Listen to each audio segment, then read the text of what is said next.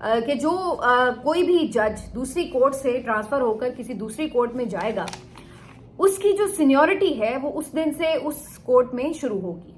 یہ نہیں ہوگا کہ اگر وہ 2 سال یا 5 سال لاہور ہائی کورٹ میں کام کر چکا ہے اور پھر آج وہ اسلام آباد ہائی کورٹ میں آتا ہے تو وہاں سے اس کی سینیورٹی 6-7 سال تصور کی جائے گی. جی نہیں, وہ پھر اس کی جو اسلام آباد ہائی کورٹ میں سینیورٹی ہے وہ اس دن اس کا فرسٹ ڈے کاؤنٹ ہوگا. تو جب ٹرانسفر آپ کر کے کوئی جج لے کے آئیں گے تو اس کا مطلب کیا ہوگا کہ اگر 10 جج آلریڈی موجود ہیں تو جو بھی لاہور ہائی کورٹ سے یا سندھ ہائی کورٹ سے آپ کوئی جج لے کے آتے ہیں تو وہ پھر 11ویں نمبر کا جج کنسیڈر ہوگا. ٹھیک, اس کی سینیورٹی وہ سب سے پھر جونیئر جج کنسیڈر ہوگا کیونکہ اس کی جو اپوائنٹمنٹ ہے اسلام آباد ہائی کورٹ میں جس دن سے شروع ہوگی وہ وہاں سے اس کی جو سینیورٹی ہے وہ اس دن سے کنسیڈر کرنا شروع کی جائے گی. یہ بھی ویسے خبر آئی بعد میں کہ جی سندھ ہائی کورٹ سے بھی کسی جج کو ٹرانسفر کرنے کی آپشن جو تھی وہ زیر غور تھی تو اسی لیے انہوں نے ان کو بھی وہاں پہ انکلوڈ کیا. تو انہوں نے کہا ہے کہ یہ قانونی طور پر ایک غلط آپ غیر آئینی کام کے مرتکب ہوں گے اگر آپ اس طرح کریں گے, کیونکہ اس کا مطلب تو یہ ہوگا کہ آپ سب سے جونیئر موسٹ جج کو جو ہے وہ چیف جسٹس بنا رہے ہوں گے. تو آپ یہ کریں کہ جو ہمارے ہی 3 سینئر موسٹ ججز ہیں ان میں سے بنا دیں کسی کو بھی, آپ جو بھی آپ نے چیف جسٹس بنانا ہے. یہ طریقہ کار آئینی بھی ہوگا اور روایتی بھی ہوگا, ٹریڈیشنل بھی یہی چلی آ رہی ہے. لیکن اگر آپ اس طرح سے کریں گے تو یہ غیر آئینی اقدام ہوگا اور پھر ظاہر سی بات اگر ایسا ہوگا تو پھر اس کو چیلنج بھی کیا جائے گا, تو پھر یہ بات جو ہے وہ بہت پھیلتی چلی جائے گی. یہ وہ نقطہ ہے کہ جو بڑا سٹرانگ بھی ہے اور اس کو وائلیٹ کرنا خاصا مشکل بھی ہو جائے گا حکومت کے لیے. ویسے تو اب ان کے لیے وائلیشن کوئی مشکل کام رہی نہیں ہے جتنی ہم نے وائلیشن دیکھ لی آئین اور قانون کی, لیکن بہرحال اس کو چیلنج کرنے کے لیے ایک سالڈ پوائنٹ ضرور ہاتھ میں آ جائے گا اور اس کو پھر ظاہر ہے باقی جو ججز ہیں ان کی تائید حاصل ہوگی. اب اس سارے ججز کا جو خط ہے اس کا جو متن آپ دیکھیں تو اس کے نیچے پھر سب ججز کے نام لکھے ہوئے ہیں, لیکن جسٹس محسن اختر کیانی صاحب نے سائن کر دیے, باقی ججز نے سائن کر دیے. 2 ججز ایسے تھے جنہوں نے سائن نہیں کیے. ان میں تھے جناب جسٹس میاں گل حسن اورنگزیب صاحب اور دوسرے تھے جسٹس ارباب صاحب. اب انہوں نے سائن کیوں نہیں کیے, سب کے ذہن میں یہ سوال آئے گا. تو اس کی جو بنیادی وجہ بتائی جا رہی ہے یا جو میری سمجھ میں آتی ہے, بتائی تو نہیں جا رہی اس طرح سے, لیکن جو میری سمجھ میں آتی ہے وہ یہ ہے کہ یہ جان بوجھ کے ایک راستہ چھوڑا بھی گیا ہے. کیونکہ اگر یہ ججز بھی سائن کر دیں گے تو پھر یہ لگے گا کہ جیسے یہ کوئی کانفلکٹ آف انٹرسٹ ہے, اور ان ججز نے چونکہ یہ دونوں ججز جو ہیں وہ سینئر موسٹ ججز میں ان کا نام شامل ہوگا کہ کنسیڈر کیے جا سکتے ہیں چیف جسٹس کے لیے, تو لگے گا ایسے کہ بھائی یہ اپنے لیے کوئی کیمپین چلا رہے ہیں, لابنگ کر رہے ہیں. تو اس لیے انہوں نے یہ خط تحریر کروایا ہوگا کیونکہ اگلی باری تو ان کی ہو سکتی تھی, اس لیے. تو جان بوجھ کے مجھے لگ رہا ہے کہ ان ججز نے سائن نہیں کیے اور یہ ایک باقاعدہ کنسنسس سے نہیں کیے ہوں گے سائن, اور اس میں یہ تاثر دیا گیا ہوگا کہ بھئی ان ججز کا کوئی اس کے اوپر اعتراض نہیں ہے اور یہ حکومت کے اوپر کسی حوالے سے اعتراض نہیں کر رہے.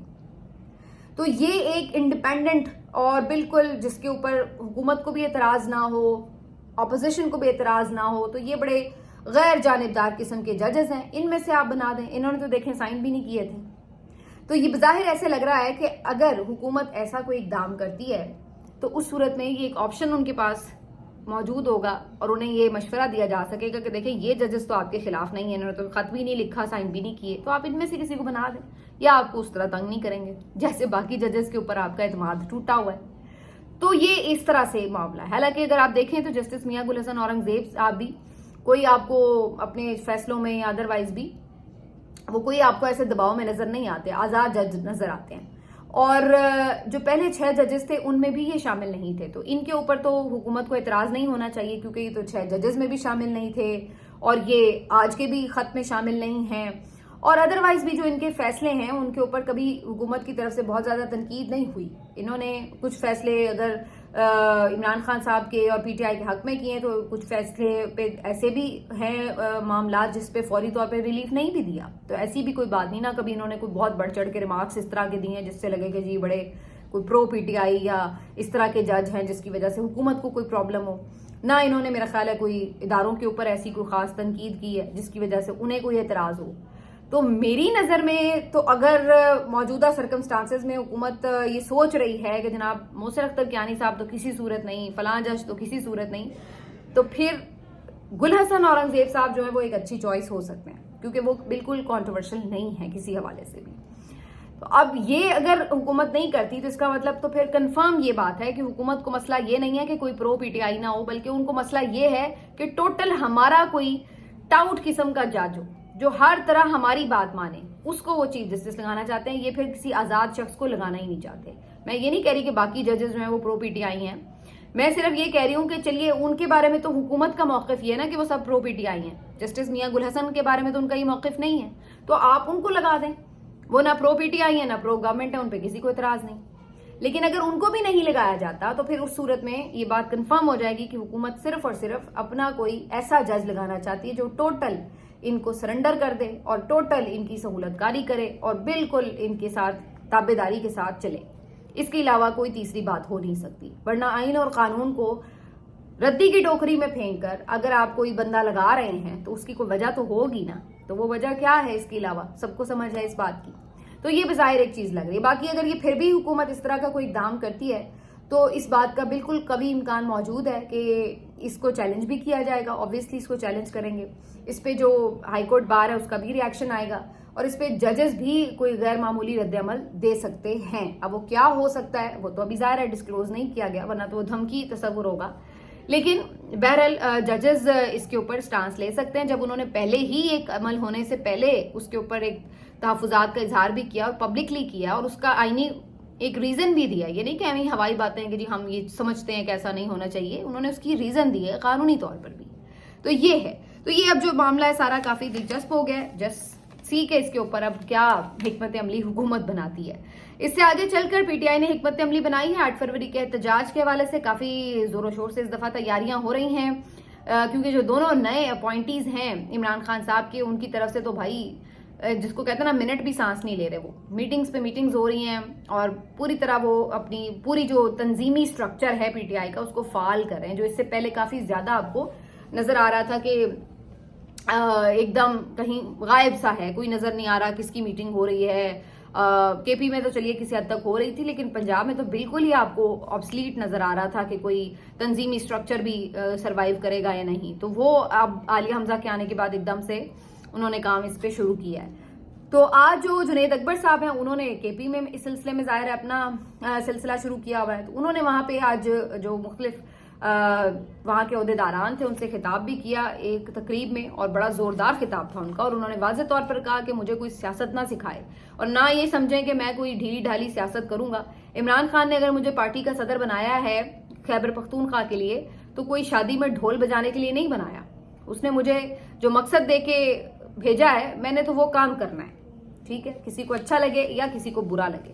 اور بڑی جذباتی گفتگو انہوں نے کی. انہوں نے کہا کہ آج ہمارے بچے رو رہے ہیں اور میں قسم کھاتا ہوں کہ کل تمہارے بچے روئیں گے. حکومت والوں کو انہوں نے متنبع کیا کہ اگر عمران خان کی حکومت آئی اور تمہارے بچے نہ روئے تو میں سب سے پہلے پارٹی سے استعفیٰ دوں گا. تھوڑی جذباتی گفتگو ہے ان کی بیسیکلی، لیکن کہنے کا ان کا مقصد یہ تھا کہ یہ جو ظلم و ستم ہو رہا ہے اس کو ہم بھولنے نہیں دیں گے. اس کا پورا بدلہ ہوگا، حساب چکتا ہوگا، یہ بھول جائیں آپ لوگ. تو بڑا اس طرح کا جذباتی خطاب تھا ان کا.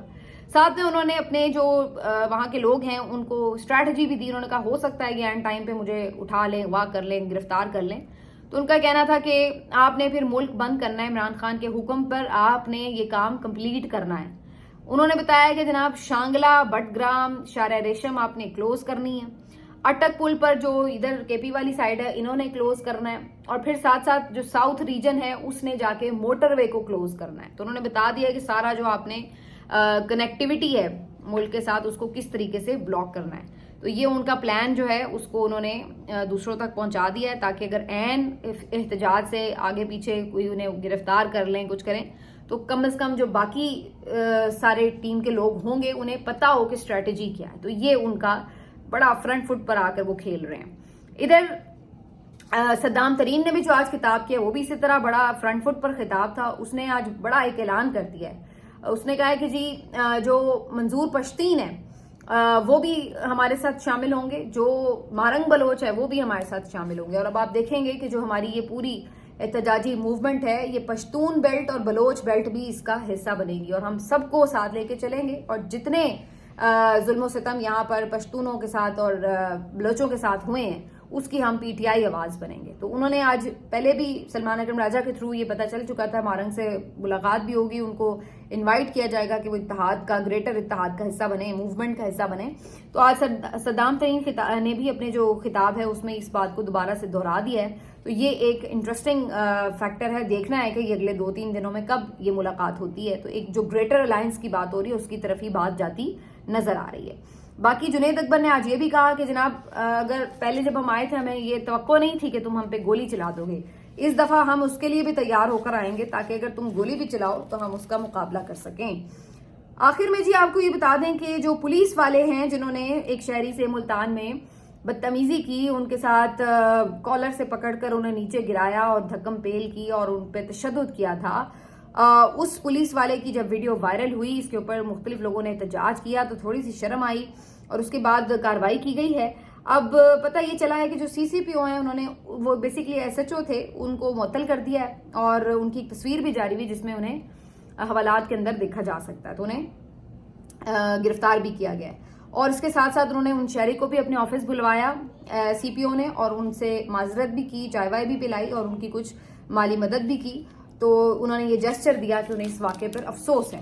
تو یہ کم از کم چلیے جو CCPO ہیں ان کی طرف سے ایک اچھا اقدام تھا کہ انہوں نے اس واقعے کے اوپر نوٹس بھی لیا اور اس طریقے سے. لیکن میں پھر وہی بات دہراؤں گی کہ یہ ایک واقعہ اگر رپورٹ ہو گیا ہے, ویڈیو آ گئی ہے, اس پہ آواز اٹھ گئی ہے, تو ہم نے اس کے اوپر کچھ دیکھ لیا کاروائی ہوتے ہوئے. لیکن پرابلم یہ ہے کہ جو اس وقت پوری مینٹالٹی بن چکی ہے پنجاب پولیس کی, اس کا نئے سرے سے ایک پورا, جس کو کہتے ہیں نا, اوور ہالنگ کی ضرورت ہے, ایک پوری ٹریننگ سیشن کی ضرورت ہے, پورے ریفارمز کی ضرورت ہے. اس کے علاوہ اس کا کوئی حل نہیں ہے, ورنہ جس لیول تک یہ لوگ جا چکے ہیں. بہرحال اس نقصان کی یا اس واقعے کی انہوں نے تلافی کرنے کی کسی حد تک کوشش ضرور کی ہے, تو وہ ایک اچھی چیز ہے. اسی طرح اگر کچھ لوگوں کو پکڑ کر ان کو کس طرح ان کو کوئی سزا دی جائے تو آگے والوں کو بھی تھوڑی سی شرم بھی آئے اور تھوڑا ان کو نکیل ڈلے کہ ہم کوئی, یہ جو ہمیں طاقت ہمارے پاس ریاست کی ہے وہ کوئی اس طرح نہیں ہے کہ آپ دوسروں کو کیڑے مکوڑے سمجھنا شروع کر دیں, بلکہ اس کی وجہ یہ ہے کہ آپ کو ریاست آئین اور قانون کے تحت ہی کوئی طاقت کا اختیار دیتی ہے. اور دوسری بات یہ کہ وہی بات کہ یہ طاقت آپ کو جرائم پیشہ افراد کے خلاف ملی ہوئی ہے, عام شہریوں کے خلاف نہیں ملی ہوئی کہ جس کو دل چاہے آپ جیسے مرضی ہانکتے پھریں. ملتے ہیں آپ سے اگلے ویڈیو میں, اپنا خیال رکھیے. اللہ حافظ.